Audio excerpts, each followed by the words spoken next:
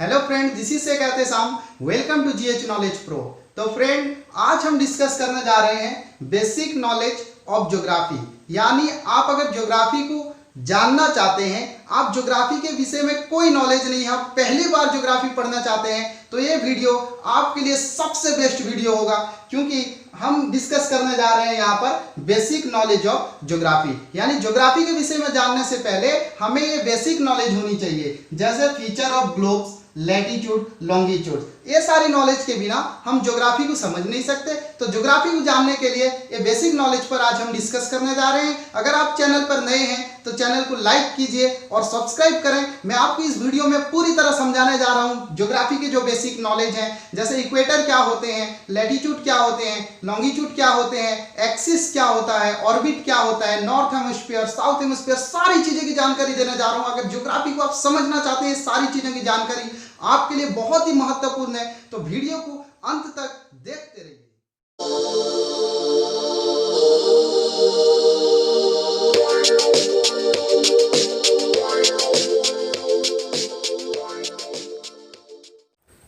तो फ्रेंड, आज हम पढ़ेंगे बेसिक नॉलेज ऑफ ज्योग्राफी में सबसे पहले फीचर ऑफ ग्लोब्स पढ़ेंगे, लैटिट्यूड, और उसके बाद फिर हम पढ़ेंगे लॉन्गिट्यूड। तो फीचर ऑफ ग्लोब्स यानी धरती, अर्थ का जो है रूप। हम जैसे देखते हैं अर्थ का ये रूप है, यानी इसे हम ग्लोब्स कहते हैं। तो दोस्तों, ग्लोब्स यानी अर्थ जो है राउंड सर्कल पे है। पहले लोग ये समझते थे कि अर्थ जो है ऐसे फ्लैट सरफेस है, हम अगर दूर तक कहीं चलकर जाएंगे तो अर्थ, धरती जो है खत्म हो जाएगा और वहां पर हम जो है गिर जाएंगे। लेकिन पाइथागोरस 500 बीसी में एक थ्योरी लेकर आते हैं कि अर्थ फ्लैट सरफेस ना होकर अर्थ जो है राउंड है। लेकिन उस समय साइंस टेक्नोलॉजी के हिसाब से इसे प्रूफ करना संभव नहीं था। उसके बाद अरिस्टोटल उस थ्योरी को समर्थन करते हैं। उसके बाद भारत के विशिष्ट महान मैथमेटिशियन पाइथागोरस उस थ्योरी को बोलते हैं कि अर्थ जो है वैसे ही कॉब साइज है, यानी सर्कल है। और उसके साथ साथ दुनिया को और एक नया थ्योरी लाकर देते हैं कि सर्कल होने के साथ साथ ये जो है घूमता भी है अर्थ। तो बहुत दिनों तक लोगों के मन में यह रहती है कि अर्थ जो है ऐसे फ्लैट सरफेस है या अर्थ जो है एक सर्कल की तरह है, एक गोल सतह है। तो फर्डिनेंड मैगेलन 20 सितंबर 1519 में समुद्री यात्रा पर स्पाइसी आइलैंड खोजने के लिए निकलते हैं और स्पेन से निकलते हैं। समुद्री सफर पर एक ही दिशा पर आगे बढ़ते जाते हैं स्पाइसी आइलैंड खोजने के साथ अपने 270 सहयोगियों के साथ। और 3 साल के बाद 1922 में जिस जगह से अपनी सफर की शुरुआत की थी, जहां से स्टार्टिंग पॉइंट था, वहीं आकर पहुंच जाते हैं। लेकिन तब तक फर्डिनेंड मैगेलन इस दुनिया में नहीं होते हैं। 270 सहयोगियों में से केवल 18 बचते हैं। लेकिन इससे यह पता चलता है कि अर्थ जो है ऐसे फ्लैट सरफेस ना होकर अर्थ जो है एक राउंड शेप है, अर्थ जो है गोल है, इससे पता चलता है। तो सबसे पहले ग्लोब का निर्माण मैर्टिन वेहम ने किया था। सबसे पहले ग्लोब का निर्माण, जो जैसे ये जो है एक रेप्लिका है पृथ्वी का। तो हम ग्लोब के विषय में जानकारी देंगे आपको। तो हम पहले बता दें, जैसे हम यहां पर एग्जांपल लेंगे, एक जो है रेप्लिका है, ग्लोब राउंड पे है, और यहां पर इसका उत्तरी हिस्सा जिसे हम नॉर्थ पोल बोलते हैं और इसे साउथ पोल बोलते हैं। ठीक है, तो इन दोनों को जो एक रेखा मिलाती है, इस रेखा को एक्सिस कहते हैं। ठीक है, तो ये रहा नॉर्थ पोल जिसे आर्कटिक बोलते हैं, ये साउथ पोल इसे अंटार्कटिक भी बोलते हैं, और ये रेखा जिसे एक्सिस बोलते हैं। और पृथ्वी एक्सिस के, ये अर्थ जो है एक्सिस के चारों तरफ घूमता है, जिसे रिवॉल्व बोलते हैं, इसे बोलते हैं एक्सिस के चारों तरफ अर्थ जो है घूमता है। और कैसे घूमता है ना, एंटी क्लॉकवाइज, यानी पश्चिम से पूर्व की तरफ, क्लॉकवाइज नहीं घूमता है। ऐसे एक रेप्लिका मैं दिखा रहा हूं, ऐसे घूमता है। ठीक है, तो ये रहा एक्सिस और ये नॉर्थ पोल और ये रहा साउथ पोल। और अपने एक्सिस के चारों तरफ घूमने के साथ साथ धरती, अर्थ जो है सूरज के, सन के चारों तरफ भी घूमता है। वो अपने ऑर्बिटर पे घूमता है, उसे बोलते हैं कक्ष, यानी ऑर्बिटर बोलता है।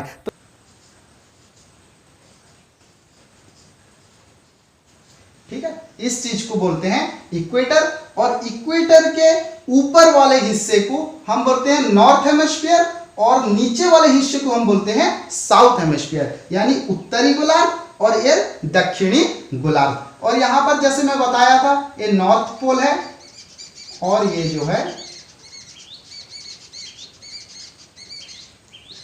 साउथ पोल है, नॉर्थ पोल और ये है साउथ पोल। लेकिन और एक चीज आपको बता दूं दोस्तों, ये जो अक्ष है पृथ्वी का एक्सिस है ये टिल्टेड है, सीधा नहीं है, ये जो है टिल्टेड है। और कितना टिल्टेड है? 23 डिग्री हाफ टिल्टेड होकर जो है रिवॉल्व करती है पृथ्वी और अपने पृष्ठ के साथ 66 डिग्री हाफ में रिवॉल्व होती है पृथ्वी। तो ये थोड़ा टिल्टेड है पृथ्वी अपने एक्सिस के साथ। जैसे हम एग्जांपल लेते हैं, ये क्या चीज है? एप्पल नहीं, ये है एक अर्थ का रेप्लिका। हमेशा खाने पीने पे ध्यान होगा तो पढ़ाई नहीं समझ पाएंगे। ये है अर्थ का रेप्लिका। हम एक्सिस देखते हैं यहां पर, हम इसे, तो ये रहा एक्सिस। तो आपको और एक चीज बता दूं, ऐसे एक्सिस कोई चीज पृथ्वी यानी धरती के अंदर नहीं है, हम केवल जो है इमेजिनरी है, हम केवल कल्पना करते हैं ये सारी चीजों को समझने के लिए यार एक्सिस। और ये जो है परपेंडिकुलर ना रहकर टिल्टेड होकर है, थोड़ा बेंड होकर है। कितना? 23 डिग्री हाफ ये जो है बेंड होकर है, ऐसे टिल्टेड होकर है। और इसका जो है बीच के लाइन को हम क्या बोलते हैं? इक्वेटर बोलते हैं। और इसके ऊपर वाले हिस्से को हम नॉर्थ हेमिस्फीयर और नीचे वाले हिस्से को हम बोलते हैं साउथ हेमिस्फीयर। तो दोस्तों लैटिट्यूड्स पे हम ऐसे एग्जांपल लेकर समझेंगे, जैसे ये रहा अर्थ, ठीक है। तो यहां पर बीच से होकर एक रेखा गुजरती है जिसे बोलते हैं इक्वेटर। ये इक्वेटर इस अर्थ को दो साइज में जो है डिवाइड करती है, दो सेम साइज में डिवाइड करती है और इसे बोलते हैं इक्वेटर यानी भूमध्य रेखा। ये अर्थ को दो साइज में, सेम साइज में करती है, इसे बोलते हैं नॉर्थ हेमिस्फीयर और इसे बोलते हैं south hemisphere.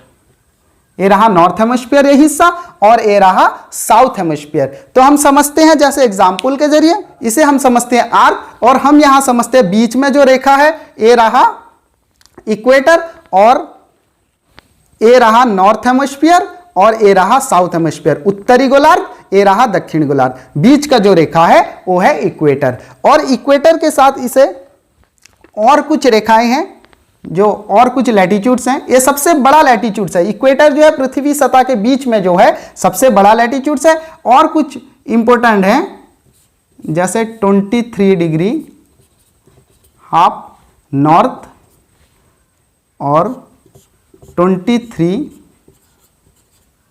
Degree half south. इसे बोलते हैं ट्रॉपिक ऑफ कैंसर यानी कर्क रेखा और इसे बोलते हैं ट्रॉपिक ऑफ कैप्रिकन यानी मकर रेखा।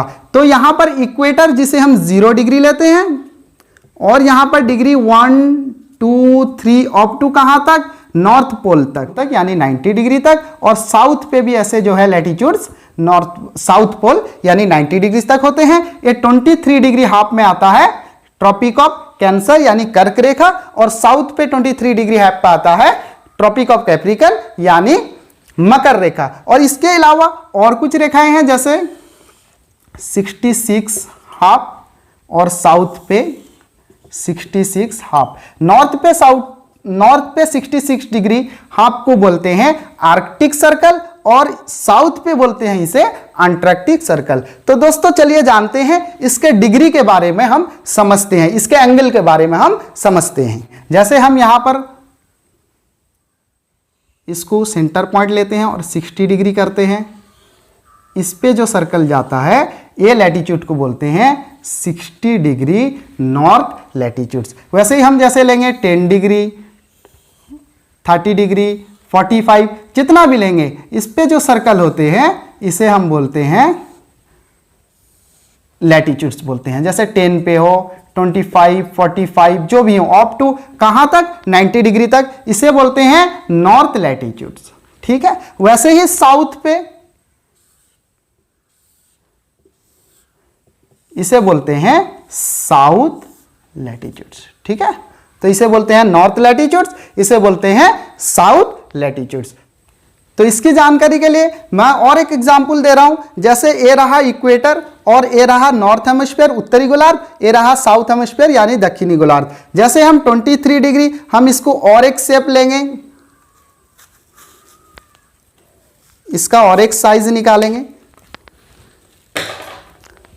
जैसे हमें 45 डिग्री या 60 डिग्री पे आर्कटिक सर्कल निकालना है, तो ऐसे हम देखेंगे ए वाला हिस्सा, एक्चुअली 66 नहीं है, मैं बस आपको एग्जांपल देकर समझा रहा हूं। ए वाला हिस्सा जैसे आर्कटिक सर्कल, उसके बाद हम देखेंगे ए वाला पूरा लेंगे तो यहां पर इक्वेटर आता है, इक्वेटर का ऊपरी वाला हिस्सा नॉर्थ हेमिस्फीयर और रहा साउथ हेमिस्फीयर। तो चलिए दोस्तों हम समझते हैं लॉन्गिट्यूड्स के बारे में। तो दोस्तों लॉन्गिट्यूड्स ये भी बहुत ही आसान है। जैसे यहां पर हम अर्थ का एक रेप्लिका लेते हैं, जैसे एक हम यहां पर ड्राइंग करते हैं, और मैं यहां पर बता दूं, जैसे हम यहां पर नॉर्थ हेमिस्फीयर यहां पर साउथ हेमिस्फीयर लिए थे, हम इस चीज को, इस सर्कल को ऐसे देखेंगे। हम यहां पर इसके बीच वाले हिस्से पर कहीं भी हम एक रेखा लेंगे और इसे हम बोलेंगे 0 डिग्री, और यहां पर इसके ऑपोजिट पे, जैसे मैथमेटिक्स पे आप जानते हैं 180 डिग्री। ठीक है, यहां पर लेंगे कोई भी रेखा, ठीक है, 0 डिग्री और ऑपोजिट पे रहा 180 डिग्री, और यहां सेंटर पॉइंट से हम वैसे ही, जैसे रहा 30, 45, यहां पर सीधे पे 90, 91, 92 अप टू 180, ये रहा ईस्ट लॉन्गिट्यूड्स, और यहां पर 1 2 3 4 90, और यहां ये रहा वेस्ट लॉन्गिट्यूड्स। ठीक है, जैसे यहां पर हम ऐसे रेखा लेते थे और 1 2 3 4 हम अगर इसे ऐसे मिला देते हैं तो रेखा कैसी होगी, यहां पर 0 डिग्री, तो हम ऐसे पूरे लेंगे सतह पर 0 डिग्री, और ऑपोजिट पे 180 डिग्री, 0 के बाद 1 2 3 4 5 ऐसे जाएगा 180 ईस्ट और 180 वेस्ट। जैसे यहां पर उत्तरी गोलार्ध है ये, जिसे हम बोलते थे नॉर्थ पोल, और ये है साउथ पोल। तो सभी देशों के सम्मति से 0 डिग्री लॉन्गिट्यूड्स इंग्लैंड के रॉयल ऑब्जर्वेटिव सेंटर देकर जो रेखा गुजरती है उसे 0 डिग्री लिया गया है। उसके ऑपोजिट पे जैसे हम यहां पर देखेंगे, यहां पे 0 डिग्री रेखा ली गई है, यहां पर 0 डिग्री, और इसके ऑपोजिट पे जो ए रेखा है ये 180 डिग्री। ठीक है, 0 के बाद 1 2 3 4 अप टू 180 ईस्ट लॉन्गिट्यूड्स, और 0 1 2 यहां पर अप टू 180 ये रहा वेस्ट लॉन्गिट्यूड्स। तो लॉन्गिट्यूड्स की जानकारी क्यों होती है न, पृथ्वी की सतह पर किसी भी जगह के समय की जानकारी के लिए हम लॉन्गिट्यूड्स के बारे में पढ़ते हैं। तो हम यहां पर लेंगे एक सर्कल,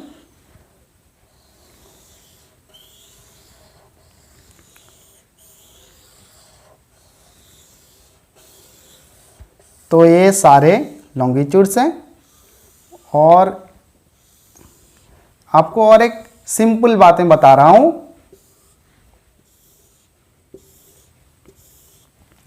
ये रहा साउथ पोल, ये रहा नॉर्थ पोल, और ये रहा इक्वेटर।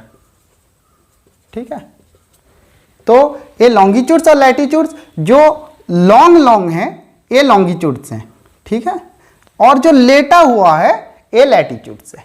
ए है लॉन्गिट्यूड्स जो लॉन्ग है, और लेटा हुआ लैटिट्यूड। इसकी सबसे बड़ी रेखा जिसे भूमध्य रेखा यानी इक्वेटर बोलते हैं। और एक चीज आपको बता दूं कि ये जो लैटिट्यूड्स होते हैं